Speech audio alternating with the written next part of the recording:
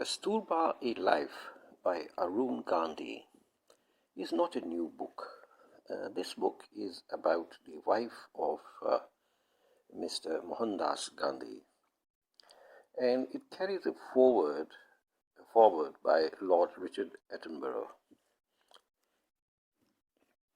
Although the book is about the wife of Gandhi, the Kasturba,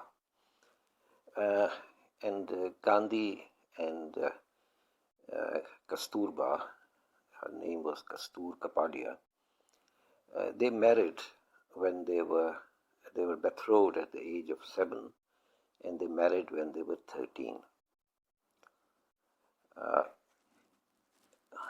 This book, some sections of it I am reviewing because of the certain things which it contains. Not about Kasturba as such, but about Mr. Gandhi. I would start with page 309.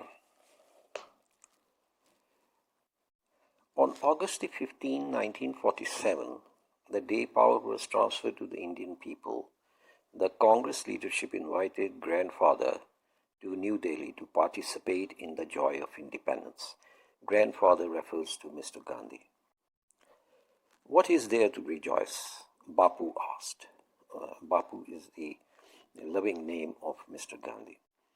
When thousands of my countrymen are slaughtering each other, while the rest of the India rejoiced, Grandfather continued to walk the black woods of what is now Bangladesh.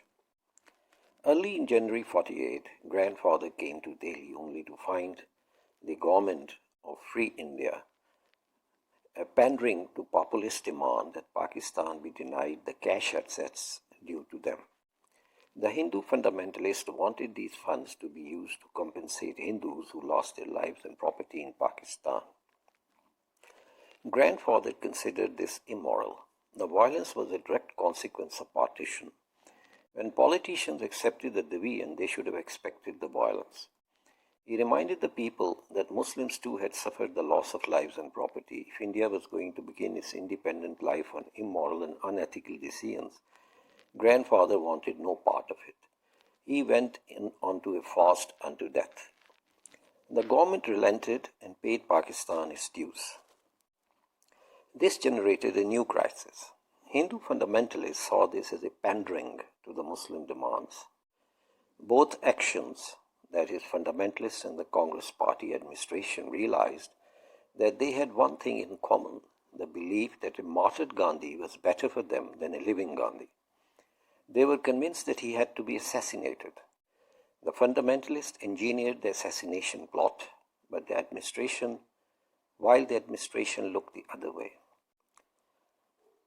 Had Grandfather lived, he would have demanded radical changes in politics and in the lifestyle of politicians and bureaucracy. The Brahmins and Kshatris, the two top castes who dominated Indian administration and politics at the time of independence, wanted no part of this revolution. They coveted the pomp and pageantry of the British, and they were determined to slip quietly into the oppressive imperialist structure built by the British to dominate over the Indians. In other words, a brown oppressor replaced the white oppressor. When it was certain that his life was in danger, Grandfather refused to accept any kind of security. This suited the government's nefarious plans. He was tired. He felt he has done the best he could. He realized that others must carry on the work along the path he had charted, and he believed in the protection of God more than love and protection of mere mortals. If I am destined to live, I'll be protected by God, he said. However, if God does not wish me to live, no human can protect me. The assassin Nathuram Vinayak Godse, a rabid Hindu fundamentalist, shot Grandfather 3 times at point-blank range. As Grandfather fell to the ground, his life ebbing out of the 3 gunshot wounds, he held his palms together in prayer and uttered the name of the Hindu Lord, Ram Ram. While his eyes fixed on those of the assassin, This is obviously the last page of the book. With this thing, I would now read some of the other pages, which give you some insight into the attitude of Mr. Gandhi towards the Muslims. For example, the author writes, because the author of this book is son of Mr. Gandhi, Manilal. In 1926, my father Manilal fell in love with a Muslim woman. Both families knew each other. The following letter, dated April 3, 1926, is written in my grandfather's hasty scrawl. The letter reads like this: Dear Manilal, I have read your letter to Ramdas. I have also read Fatma's letter. You follow the Hindu religion and Fatma follows Islam. Your desire to marry is against your religion. It would be like putting two swords in one scabbard. What religion will your children follow? Who will have more influence on them? If Fatma forsakes her religion just for the sake of marriage, she'll be committing a crime against religion itself. Or is it that both of you have given up your religious beliefs? Your marriage will be a great jolt to the Hindu-Muslim relations. That issue cannot be solved by intermarriages. You cannot forget that you are my son. Society will also not forget. If you go through with this marriage, you will not be able to serve your people. I think you will be unfit to continue working for the Indian opinion. I cannot seek Ba's consent. Ba means the mother of Manilal, that means Mohandas Gandhi. She will not give it. Her whole life will be embittered. I have no courage to tell her about this matter. May God show you the right path. Bapu's blessing. Until I read this letter, I did not know that my father had once wanted to marry a Muslim. The Fatma referred to is someone I remember fondly from childhood, a close family friend on best of terms with both my parents, whom I called Auntie Timmy. This is, which I just related, this is written on page 239. It appears that the father of the author was a source of quite a bit of embarrassment for the Gandhi family. It was not just about this marrying this Muslim woman. There are some other references to it as well. For example, allow me to read from the page number 260. Now, this is another interesting one. Her worst fears were soon confirmed. Only a month later, in the May of 1936, the news was broadcast across India. Harilal Gandhi, the son of Mahatma, had converted to Islam in a public ceremony in one of the Bombay's biggest mosques, taking Abdullah Gandhi as his new name. He did this, he said, to improve himself, but it was rumored that the improvement was mostly financial. His newfound Muslim friends were addressing him as Maulvi, and he had been making public preachments about his conversion. Some weeks after that, while Ba was in Delhi visiting Devadas, there were more news, widely published report of Abdullah's latest misconduct.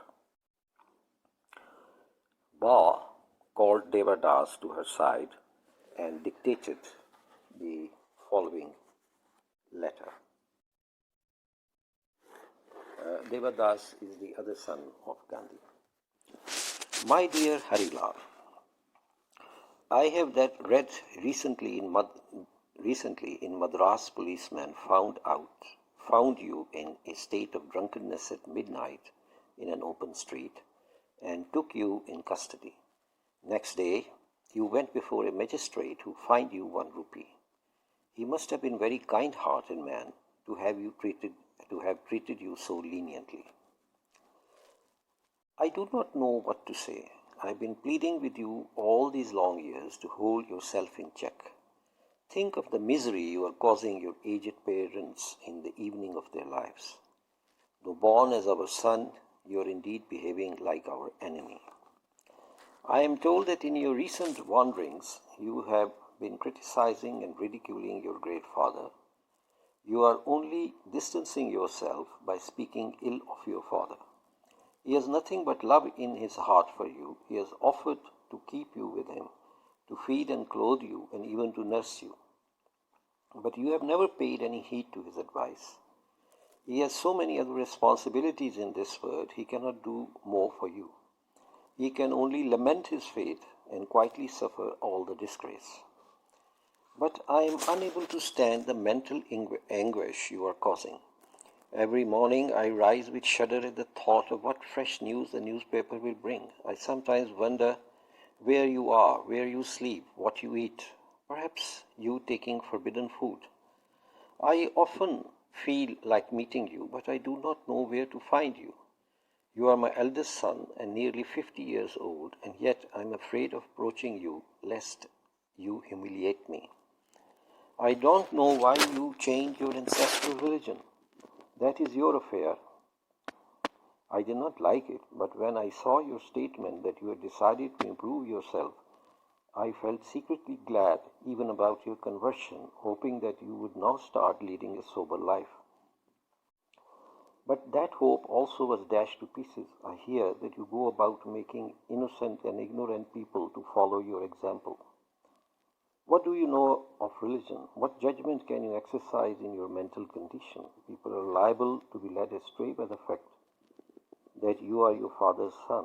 In time to come, if you go on like this, you will be shunned by everyone. I beseech you to turn back from your folly. Your father always pardons you, but God will not tolerate your conduct. Kasturba, that is his wife, was not yet finished. She dictated another letter to be sent to the newspapers throughout India. She was writing, she said, in hopes that the feeble voice of a wounded mother would, awaken the conscience of the Muslims instrumental in her son's conversion. And she wrote, I fail to understand your action. I know and I am glad that a large number of thinking Muslims and all our lifelong Muslim friends condemn outright this entire episode. Instead of redeeming my son, I find his so-called change of faith has actually made matters worse. You ought to reprimand him for this and try to wean him from these bad habits, but some have even gone so far as to give him the title Maulvi to my boy. Does your religion permit such persons as to my son to be called Maulvis? What pleasure do you find in lionizing him like this? If you truly consider him your brother, you will not do as you are doing. It is not at all in his interest, but if your desire is merely to hold up to ridicule, I have nothing more to say to you. You may do your worst, but I feel by my duty to repeat what I have told to my son, that namely you are not doing the right thing in the eyes of God. Now that is very interesting. Apparently there is invocation of God repeatedly, and then I move to another passage. Now this is interesting on page 22 of the said book.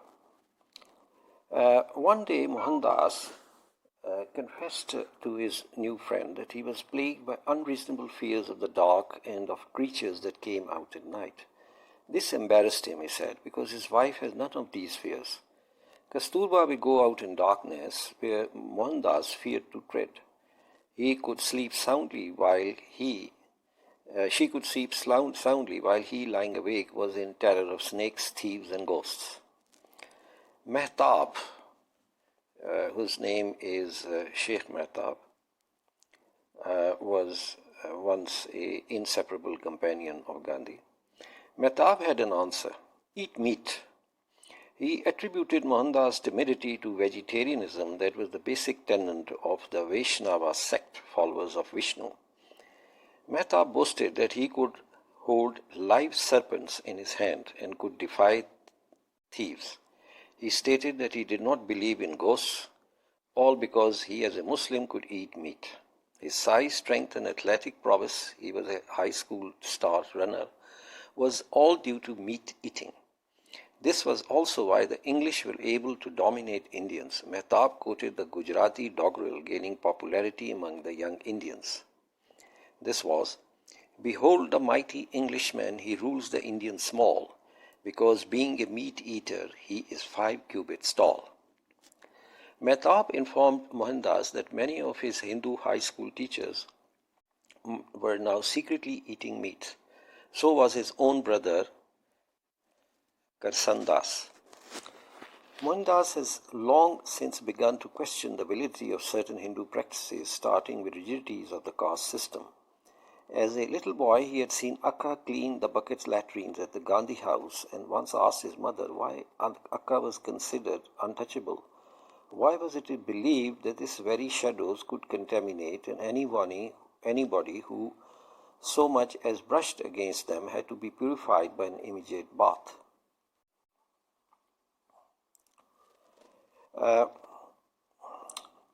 Then it says, more recently Mohandas has stopped going to temple. The ostentatious glitter and pomp had never appealed to him. What did such an outward display of excessive wealth have to do with inner spiritual values? He had grown increasingly skeptical about all religiously prescribed dogma and was secretly beginning to regard himself as an atheist.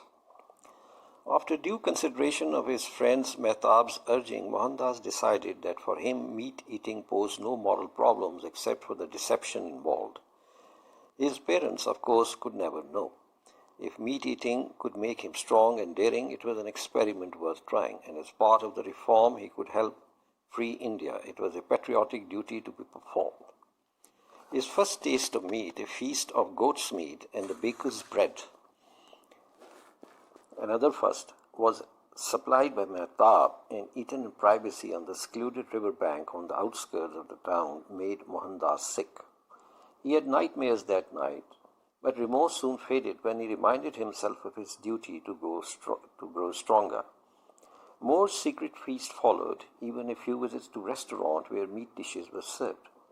By the time Kasturba returned to Rajkot, Mohandas had actually acquired a taste for meat dishes. The experiment had become an established habit.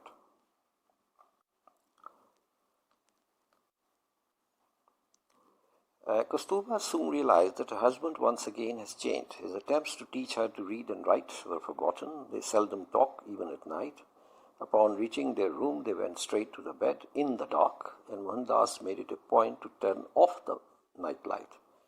He left for school early, arrived home late, and ate little for the dinner, complaining of digestive problems. His parents accepted the explanation, but it did not ring true to Kasturba. Only gradually and with horror, she allowed herself to suspect the most likely reason for this latest transformation in her husband. Mohandas has become a meat eater. Kasturba had been born and bred in a Vaishnava Hindu, and abhorrence of meat eating was stronger among the Vaishnanas. Most Vaishnava Hindus had absorbed many of the basic teachings of Jainism. To them, therefore, the eating of meat was tantamount to eating human flesh. If Mohandas had not become a meat eater, she was certain that Sheikh Mehtab was the most likely instigator of such wickedness, living in close proximity with him. Kasturba became more convinced that this was the horrifying truth. But what could she do about it? She could not now confront Mohandas with her new suspicion. The Mohandas experiment with meat eating stretched over a full year. To his disappointment, it didn't add a single cubit to his size, but added immensely to his guilt. My grandfather was no doubt beginning to realize that my grandmother knew and understood him better than anyone else. In the end, his guilt overcame his enthusiasm for food reform. He could not live with the deception and decided to confess his guilt to his ailing father. It took him a while to muster the courage. He wrote a letter, and one day when his father was lying in bed alone, handed it to him. On reading his son's confession, his father cried, so did Mohandas. They embraced. His father forgave him, and Mohandas kept his vow to shun meat forever.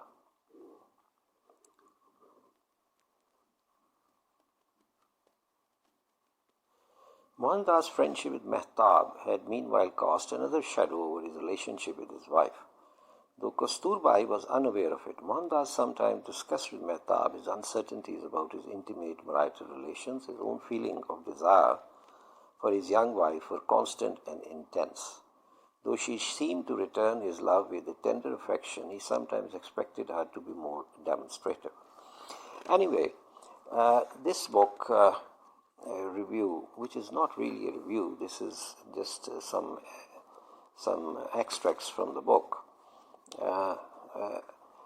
would not be complete if I don't go through one of the last ones, one other page.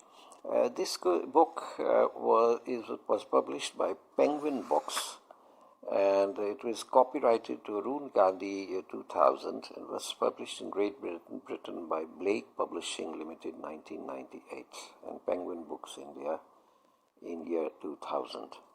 And this book commemorates the 50th anniversary of the assassination of Mahatma Gandhi on 3rd of January 1948, as it says. And this book says that this book is dedicated to my wife Sunanda, whose help in researching the life of my grandmother Kasturba was tremendous, and to all the unknown women around the world whose selfless sacrifice enabled her husbands to attain positions of prominence. It also contains a family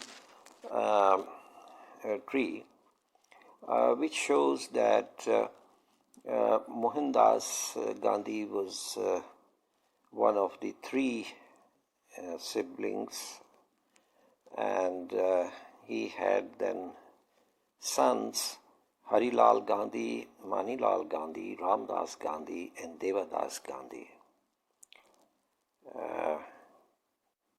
And the writer is Arun, is son of Manilal Gandhi.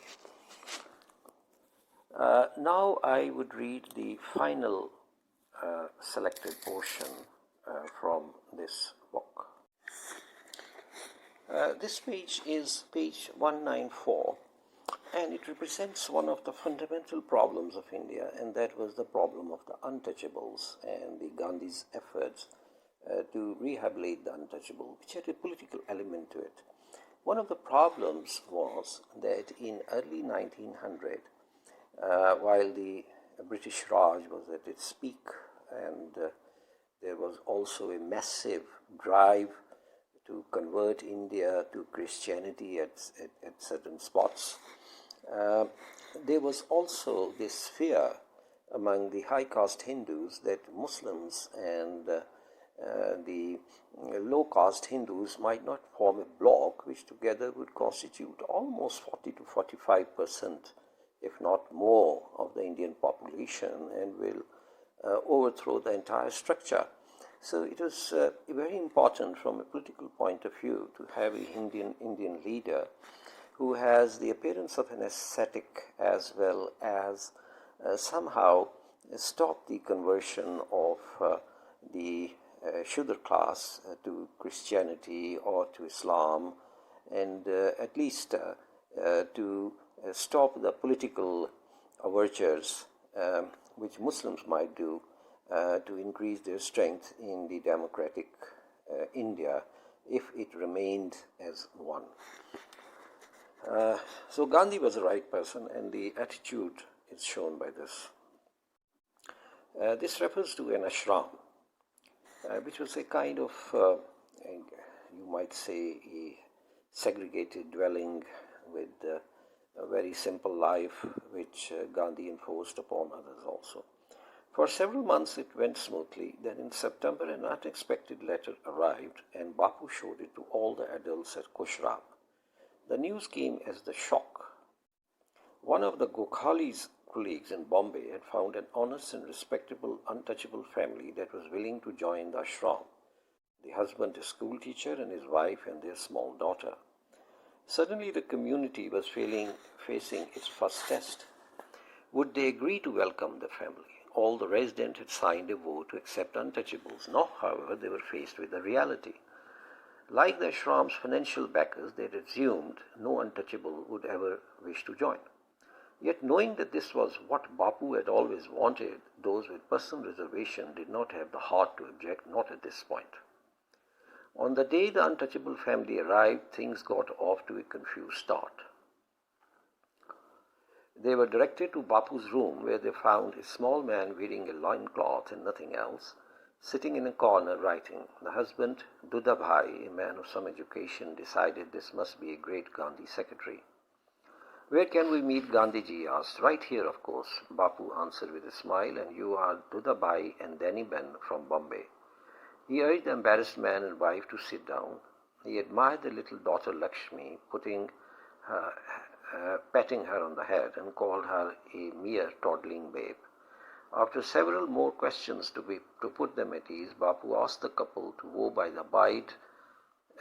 vote to abide by the rules of the ashram, and then announced, today you will dine with us as our guests. Dudabai and Gentlemen were reluctant, still unsure how others would react to the untouchables sitting among them for dinner. But Bapu insisted. Soon the unsuspected newcomers found themselves being served a typical ashram meal. That day's menu featured boiled bitter brown, which had been cooked as was customary without salt, spices, or seasoning. They put up a brave front and gulped it down.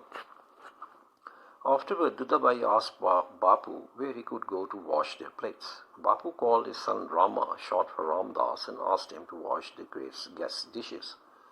Dadabhai protested. In his home city of Bombay, Rama was a colloquial term used for a domestic servant, but he felt even a servant might object to washing the utensils of an untouchable.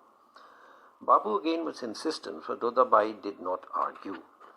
Outside the ashram, the reaction of the orthodox community to the arrival of the untouchable was not so benign. First came a threat to their water supply.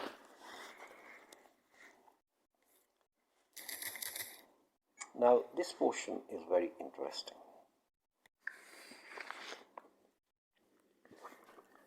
So, outside the ashram, the reaction of the orthodox community to the arrival of the untouchable was not so benign.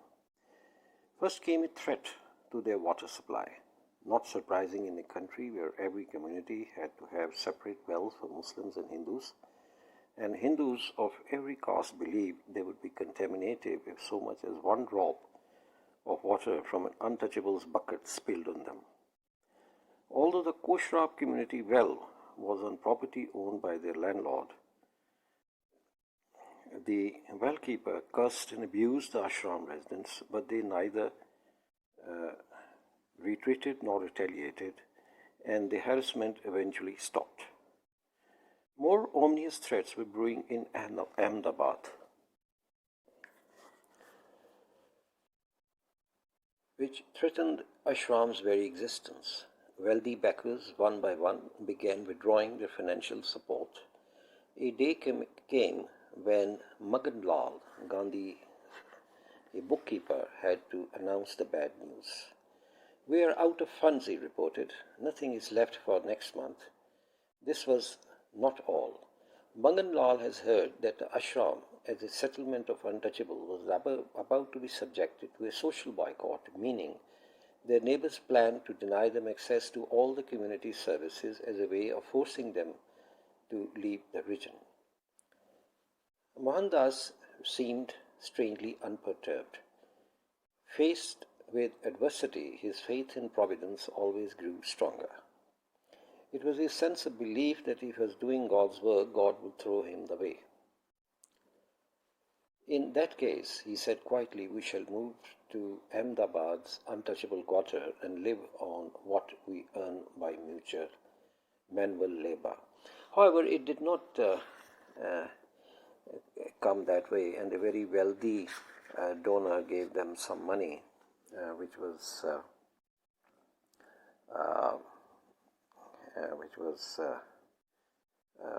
accepted, and that maintained the funding of the thing. Then it says, but the crisis had not run its course. Inside the Koshrab Asharnam, all was not well. For many days, Mohandas had been too busy dealing with the group's financial woes to see a subtle kind of discrimination being practiced by some of the women resident. Now, the first time he began to observe how Danibar was never permitted to help with the cooking, how Dadabhai was always stopped outside the kitchen door when he asked for a drink of water. One day, little Lakshmi happened to stray into the kitchen, and Mohandas noticed that any utensils the child touched were immediately washed, and the entire kitchen was scrubbed. He was also dismayed to observe that among those scrupulous in avoiding of any personal contact with the untouchables were the Magan Lal's wife Sanko Bheen, and shockingly his own wife Kasturba. My grandfather had anticipated adverse reaction from an outsider, but he had never expected this kind of prejudiced behavior among those he loved and trusted the most. A confrontation was unavoidable. Now, I will not go into the detail of all this, but what I wanted to give was a kind of spirituality sort of thing practiced by Mr. Gandhi, and some of his good intentions also. But largely he was used mostly by the Hindu lobbies for power, and this is very clear, and I have explained the political background of all this. How it needed a man or this type of person,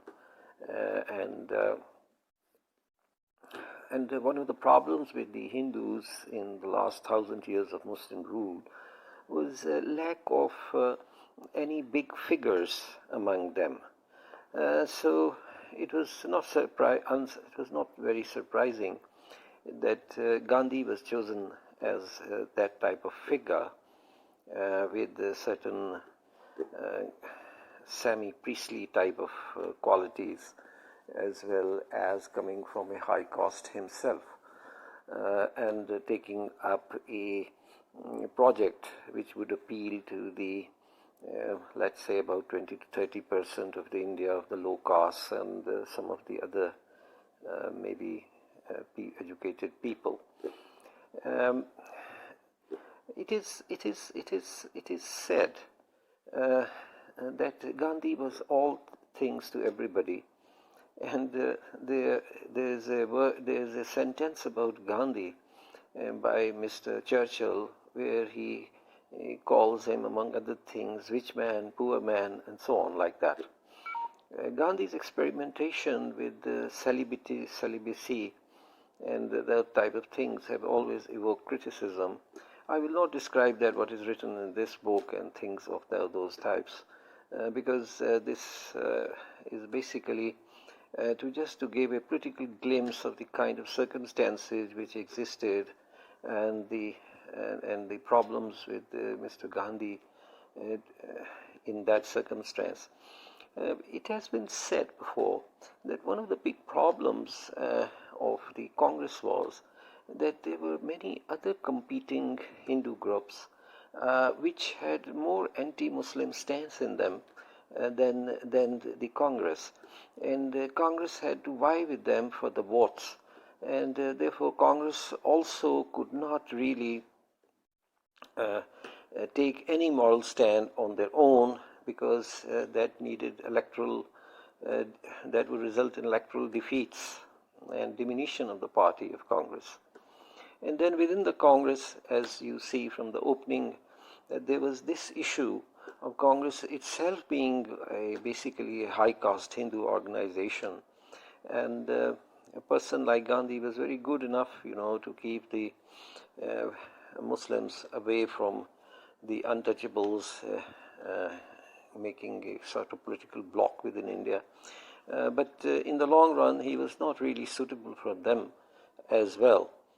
And what is a bit strange is that I don't see there's too much reference about the descendants of Gandhi taking a really good part of the pie of the Indian politics.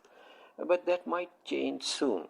And it is not unsurprising that the Bharatiya Janata Party, the present BJP, which is the offshoot of one of the most rabidly anti-Muslim sentiments, these days this seems not to give very high marks to Gandhi and try to show history as somewhat different from the history, and they try to diminish the stature of Gandhi within the Indian politics.